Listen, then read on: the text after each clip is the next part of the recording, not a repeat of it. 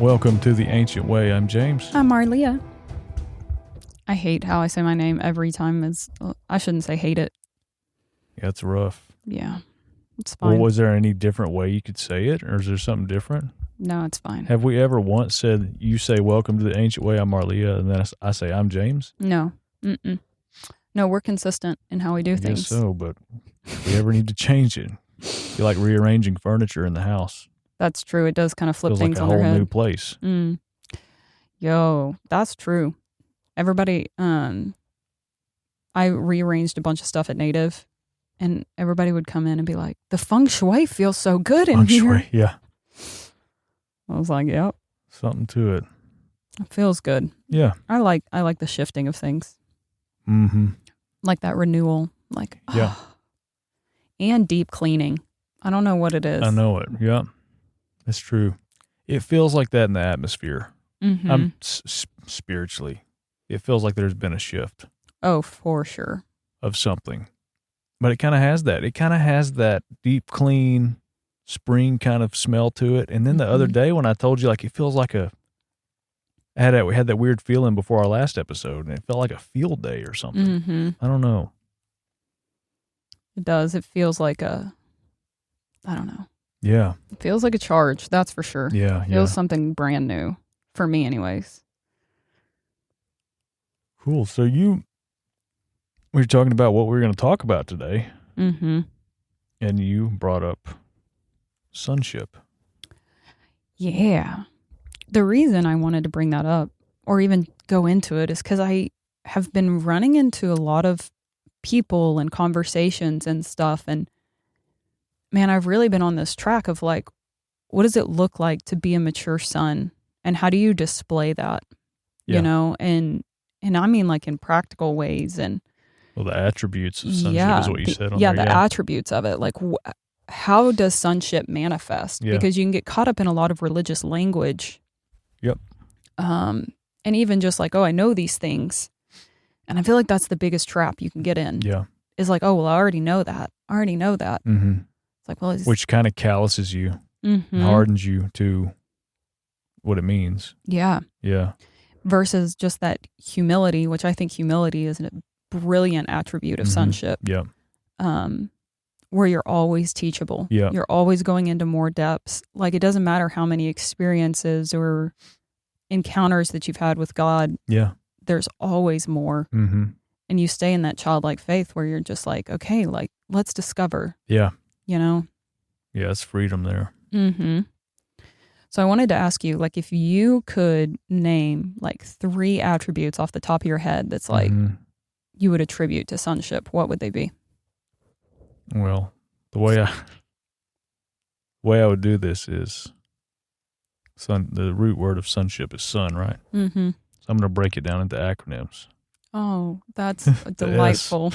I'm just kidding. That is delightful. I'm just kidding. You remember the whole acronym thing? My father only does acronyms. Really? He loves them. I saw another post. Somebody on my Facebook does these acronyms all the time. Sorry, rabbit trail. S is for shh. 3. So you feel some days. Yeah. I'm just kidding. O, overcomer. Mm. N, no, I'm just kidding. I'm not going to do this. Wow. But the attributes, I am going to do this, but not the acronyms. Sorry, being goofy. Skirt. Rewind. I think security is one of them, or just like, I mean, just pure security of I'm covered. Even if I mess up, I'm good. And this is true, healthy sonship in regards to him. But then confidence. That's another thing. I think confidence comes with security. Knowing that you can navigate. You can take chances. You can take risks. That's what I think Daniel said that one time.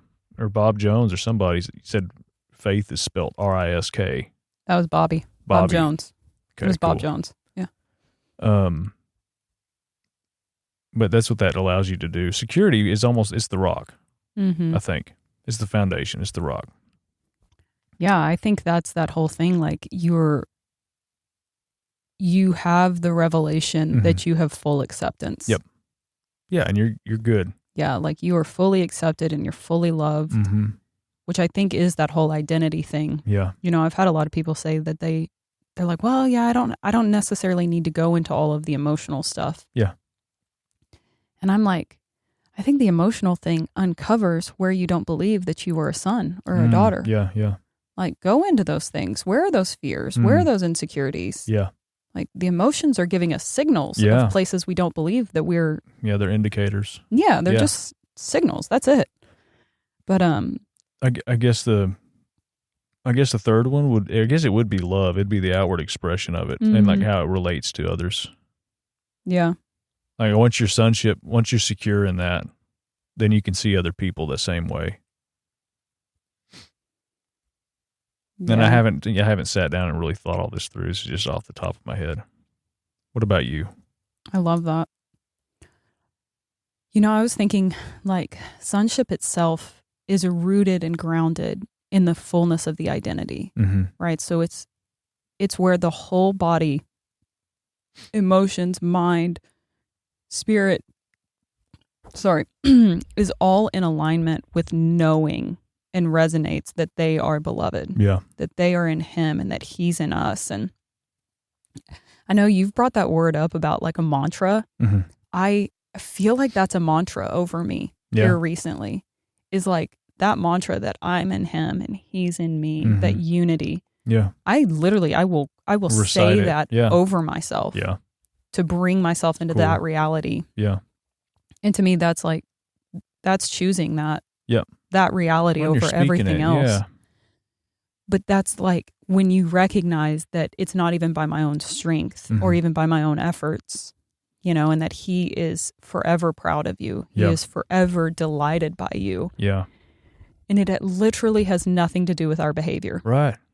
And if you can solidify that, the truth of that, like there's nothing else that trumps that. Yeah. Whatsoever. It doesn't even matter what other people think. No. Out. I think that's why he hit on so much like in Proverbs, like the fear of man is a snare. Yep. Like there was so much of like, don't look towards men. Yep. Like it actually doesn't matter what other people are saying or how they're expressing it or anything else like that. It's being confident in your relationship with him and showing up in a space, period. Yeah. Just as his imager. Yeah.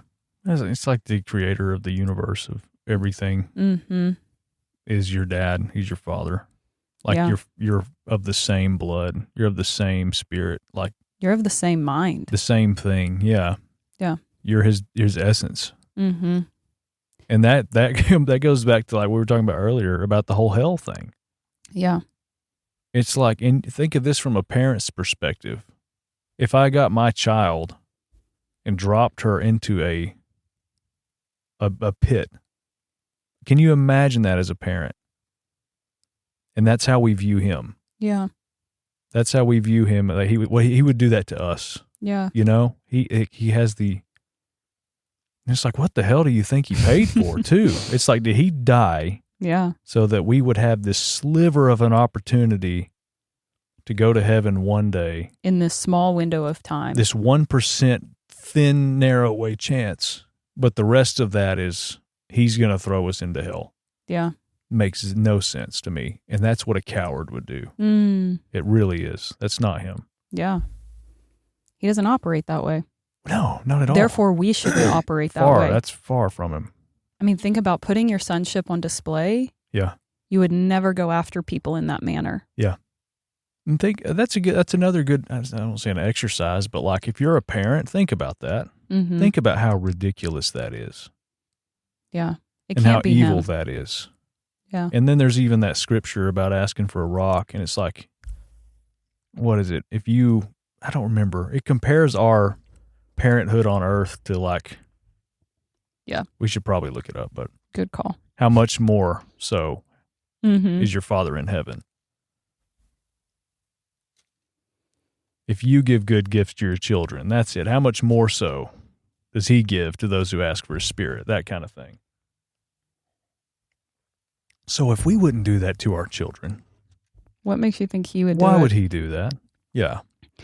I think that, man, I tell you what, talk about sonship. The way that you perceive your own kids is probably how you perceive your sonship with God. Yeah. Like as a parent, think about that. If you're putting expectations on your kid that you think they have to live up to a certain standard or be a certain way for you to accept them or for us to be acceptable or for even like behavioral. Yeah. Like to me, that's a big one. I've had people yell at me because I don't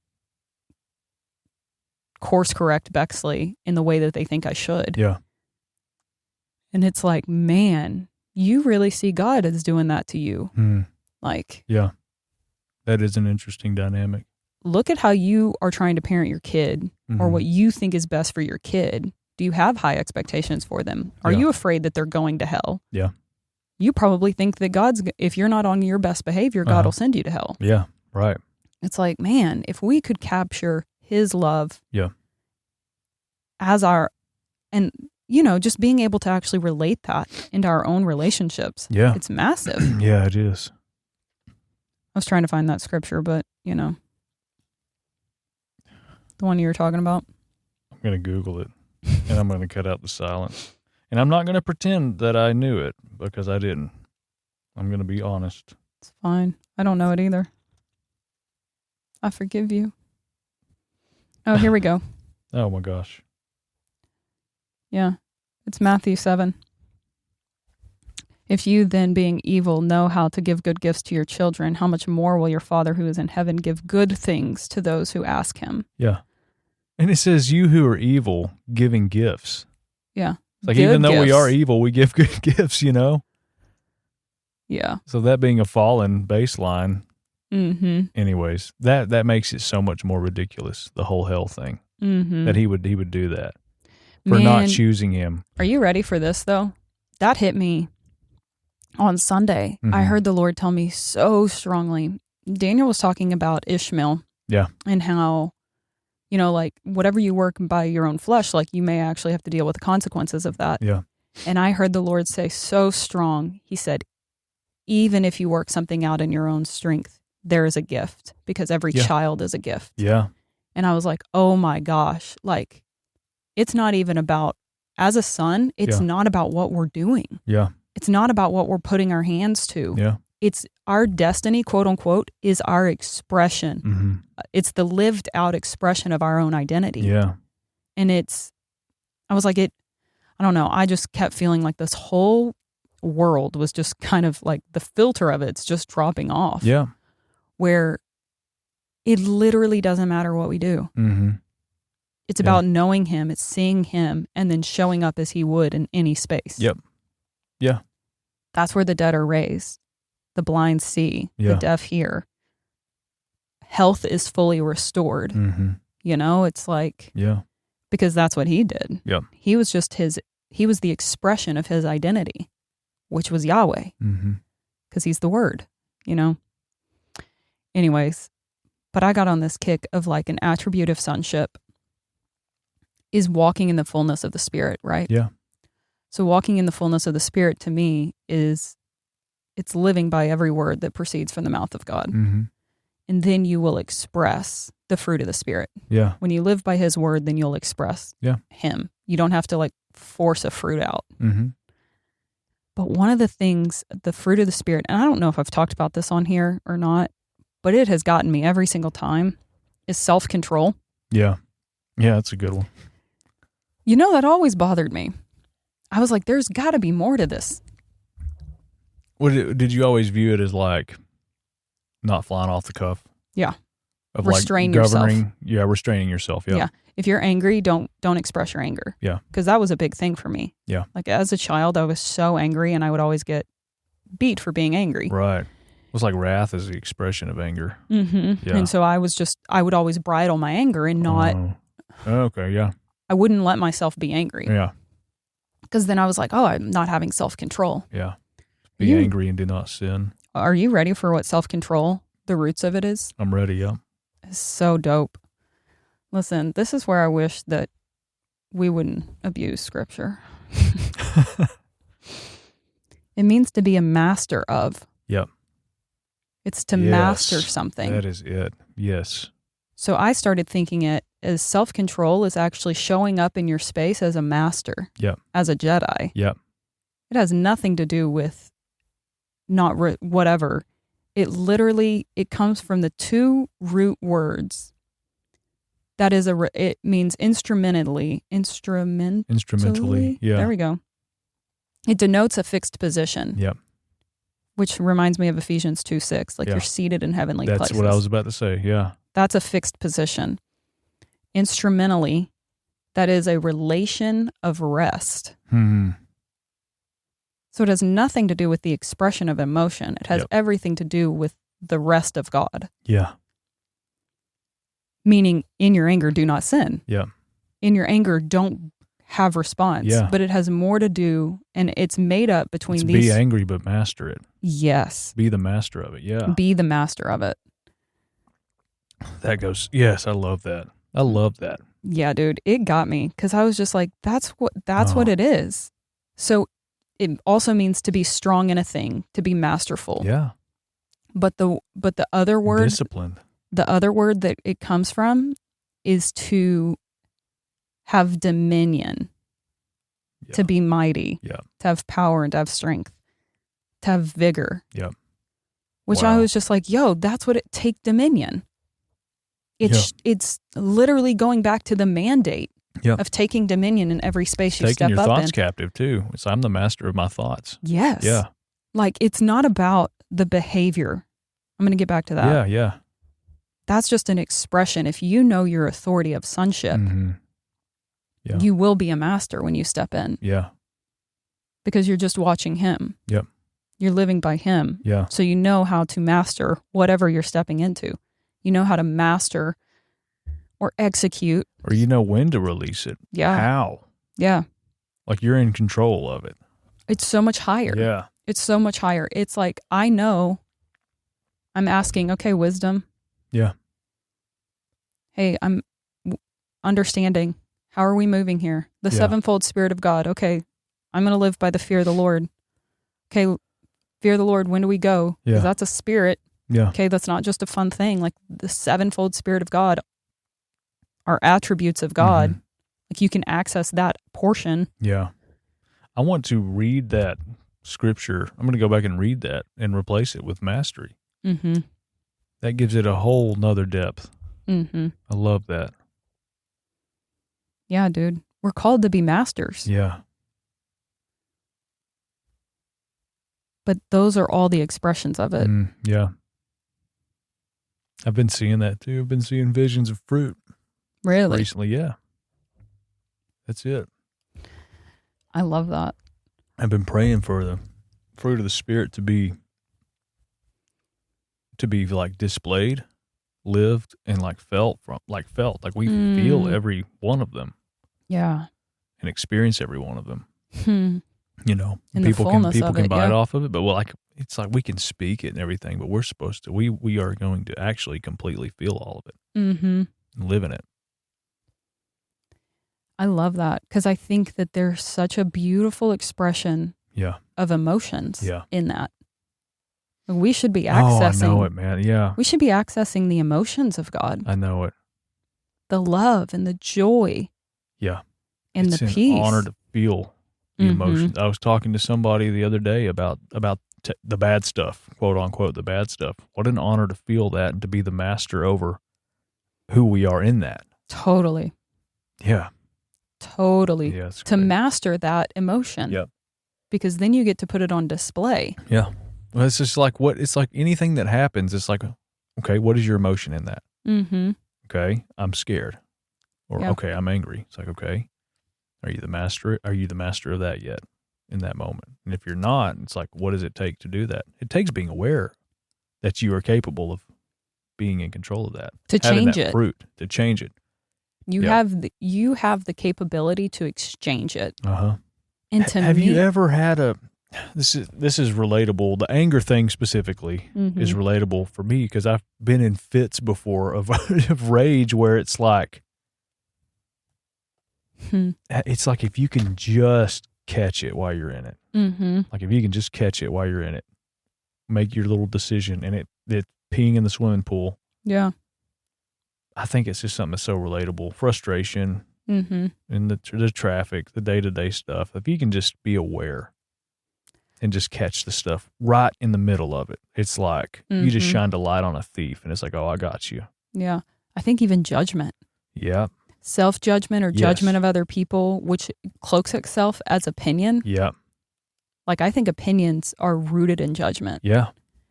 And if you can catch that and actually submit that unto the Lord, the way that you engage with those people looks different. Yeah. You'll be gentle. Yep. You'll have compassion. You'll have understanding. Yeah. Like gossip, bickering, any of that stuff, you can catch it. Yeah. Yeah. Yeah, that's great. I think that's an attribute of sonship, though. The mature ones can catch it. Yep. And I think it has to be practiced. I think you have to train in it. Yeah. Yeah, like I don't think any of these things are light switches. No. I think they're like dimmer lights, you know? Like there's a progression to things. Keep hitting them. But it all gets rooted right back into our identity. Yeah. Who does he say that we are? And I felt like for me, I went through this season where I was constantly having to ask, wait, who do you say that I am? Yeah. Hold on, this feels contrary. What do you believe about me? I feel very opposite. I feel very much like I am the bad guy, that I'm against, like you're against me. I feel like I'm trapped and that I will never be out of this, you know? But it was the consistency of showing up, being ruthless, like, this feeling isn't right. Yeah. This feeling can't be true because I know this isn't you. My brain knows this isn't you. So putting this into subjection under his feet and letting him establish his emotions in me. And dude, when that happened, I could feel things lift off of me. Yeah. And there's zero energy towards it anymore. Yeah. You know, I've had several people here recently, they'll say, well, I just don't know if I'll ever get over that. And I'm like, that's too bad. It's like if you only knew. Yeah. I was like, man, I've been set free of so many things. There's zero energy to certain trauma that like was hitting a core wound of mine. And I've seen this core wound be healed. Yeah. It's like, I don't even operate out of that anymore. And it's like, there's no, regardless of whatever the trauma may be, as horrible as a situation it is, like he'll redeem that thing. Totally. And you have the keys to it. I know that can come across, and it, you know, people say, James, you've never experienced anything like I have, or doesn't matter. He's there. That I think that an attribute of sonship that the Lord has been teaching me is, above all things, connect my heart to restoration. Yeah, because he's given us the ministry of reconciliation. Yeah. Which means I will make peace with every person in my heart. Yeah. I will hold nothing against any person at any time about anything. And then you get to bless them. Yeah. And then you get hopeful because you're like, golly, I really want them to succeed. Yeah. I really want them to have like the abundant fruit in their life. Yeah. I mean, that's a totally different way to live and think and be. And it's so freeing. Yeah. It's so incredibly freeing. I feel the process of it. Like, I don't know if it's coming from somebody or somewhere or anything like that, but I feel, as we're talking about it, I feel the process of someone that's hurt somebody really bad, like caused death, or because of them, somebody has died or been hurt or something like that. And I could feel like the hatred towards that person. Like, I feel like somebody's like sitting on the threshold of it, and it's like, And even pondering, like, there is no way I will forgive that, or I can forgive that person. And it being like in the threshold, like you're walking into a very messy room that's like scary. I just feel that tension of it right now. But I just encourage, if that is somebody or anybody, it's like you just press into the middle of it. But because I can also feel the freedom. I can also feel the freedom that's on the other side of saying, like, God, I feel it right now. I guess that's real. I guess that's actually somebody. Sorry. No, this is beautiful, but I can dude. feel the freedom of you releasing that person, and like the love. It's like reconnection. to your own heart and to the heart of the Lord, and it opening up life for you. There's somebody very specific that there's hatred towards, but I feel redemption in that, and I think it's as simple as just make that decision regardless of how you feel. Feel hatred for them, but choose to forgive them. Sorry, I just went into that. I actually feel like we need to pray. Can you want to? Let's go. Yeah. Okay, jump on that. Yeah. Well, Lord, whoever this is that we're listening to, or that's listening to us, I just pray that you give them the strength and resolve, and let them see you. Let them see you and your forgiveness, your heart, your unwavering forgiveness and love for people. Lord, I just ask that you be with this individual in this moment as they walk through, as they even contemplate this forgiveness or letting go, whatever this thing is, and just the authority, Lord. Impart your heart to this person. Impart the authority of heaven to this person, and let them see the depths of what it looks like to let go and to release. Let them feel it, see it, and enact it. And live to get on the other side of that and to be able to share that authority with the other people that need it. These traumatic things, these horrible, awful things that happen to everybody, the extremely difficult ones, there are some keys in there that we get to wield and absolutely change the world. It's all about how we go about it. It's about the mastery. Just bless this person, Lord, whoever this is. Or multiple people. Yeah. Bless them and send a wave of your love over their hearts. Mm-hmm.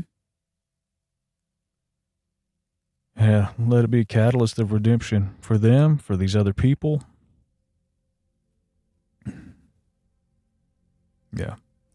So I saw when you were praying, and I feel like I'm just going to speak this over people. And if you want to, close your eyes and actually go through this, if you feel inspired or whatever by this, if anything that we've kind of talked about has sparked that, or kind of hit something that you're you had a surge of emotion, I literally saw people no longer just ignoring or deflecting from that emotion. Mm-hmm. I felt like it was an invitation to feel it, to feel that emotion that's going through your body, whether that be anger, hatred, jealousy,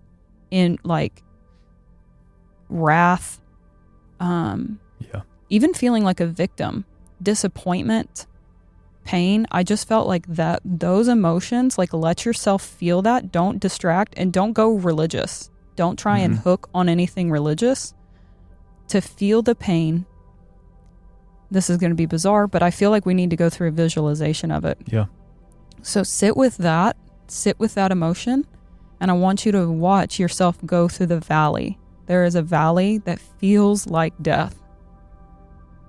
And as you're walking through that valley, I want you to look ahead, and I see literally there's a portal of bright white light. And I want you to watch that bright white light come towards you. Because I know that in the valley of the shadow of death, there is a trap that you feel alone. But watch that light come and consume you. And I feel like it is the light of the Lord that is coming to baptize people into light and into love, to let that emotion actually be released. So I want you to walk that way. And then I want you to receive the love of the Lord. Continue to feel that emotion, but stay in that until you feel the washing of the Lord over you, washing like the baptismal water coming over you. And I feel like even if you have to repeat that 5 or 6 or 10 times, you will feel the washing of love come over you. And that will close the circuit, that loop, the pain, that energy. It will get dismantled and broken apart. But stay in that. Yeah. Stay in that visualization. And then ask the Lord to take you whatever he wants to show you, whatever he wants to impart to you. Let that continue to go from there. Focus on taking some deep breaths because he is as close as your breath. So big breath in and big breath out. You are safe and you are loved. You are valued. And everything you need is found in him. Whether that's acceptance, whether it's love, whether it's